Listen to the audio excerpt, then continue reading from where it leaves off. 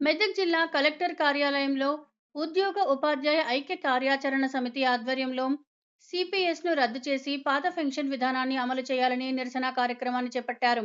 ఈ కార్యక్రమానికి పెద్ద సంఖ్యలో జిల్లా వ్యాప్తంగా ఉన్న ఉద్యోగులు, ఉపాధ్యాయులు హాజరై కలెక్టరేట్ ఎదుట ఆందోళన చేపట్టారు.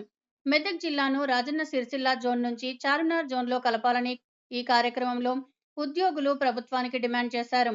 ఉద్యోగులకు పాత పెన్షన్ విధానాన్ని అమలు చేయాలని, కొత్త పెన్షన్ను రద్దు చేయాలని వారు డిమాండ్ చేశారు. ఈ డిమాండ్లపై ప్రభుత్వం స్పందించి అమలు చేయకపోతే దశల వారీగా ఉద్యమాన్ని ఉధృతం చేస్తామని జిల్లా జేఏసీ అధ్యక్షులు దొంత నరేందర్ డిమాండ్ చేశారు. ఈ కార్యక్రమంలో ఉద్యోగులు పెద్ద ఎత్తున పాల్గొన్నారు.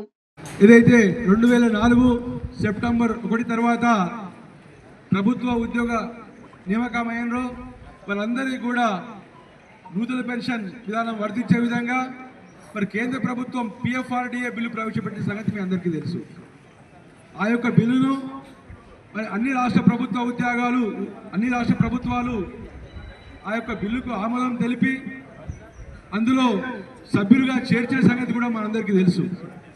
మరి ఆ తరుణంలో ఏదైతే అప్పుడు హరిచేతిలో వైకుంఠం చూపించినట్లు అప్పుడున్నటువంటి కేంద్ర ప్రభుత్వం కాంట్రిబ్యూటరీ పెన్షన్ స్కీమ్ ద్వారా ఉద్యోగులకు అత్యధిక పెన్షన్ వస్తుంది, వాళ్ళు ఫ్యూచర్లో లాభపడతారు అనే ఉద్దేశంతో మరి ఉద్యోగ వర్గానికి అందరికీ కూడా హరిచేతిలో వైకుంఠం చూపించడం జరిగింది.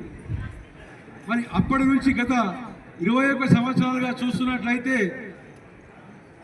ఏదైతే నూతన పెన్షన్ విధానంలో నియామకమైనటువంటి ఉద్యోగులందరూ కూడా వారికి ఎటువంటి లాభం రాకుండా మరి వారికి ఎటువంటి వారు దాచుకుపెట్టుకున్నటువంటి డబ్బులకు బదల లేకుండా పోతున్న సంగతి కూడా మీ అందరికీ తెలుసు.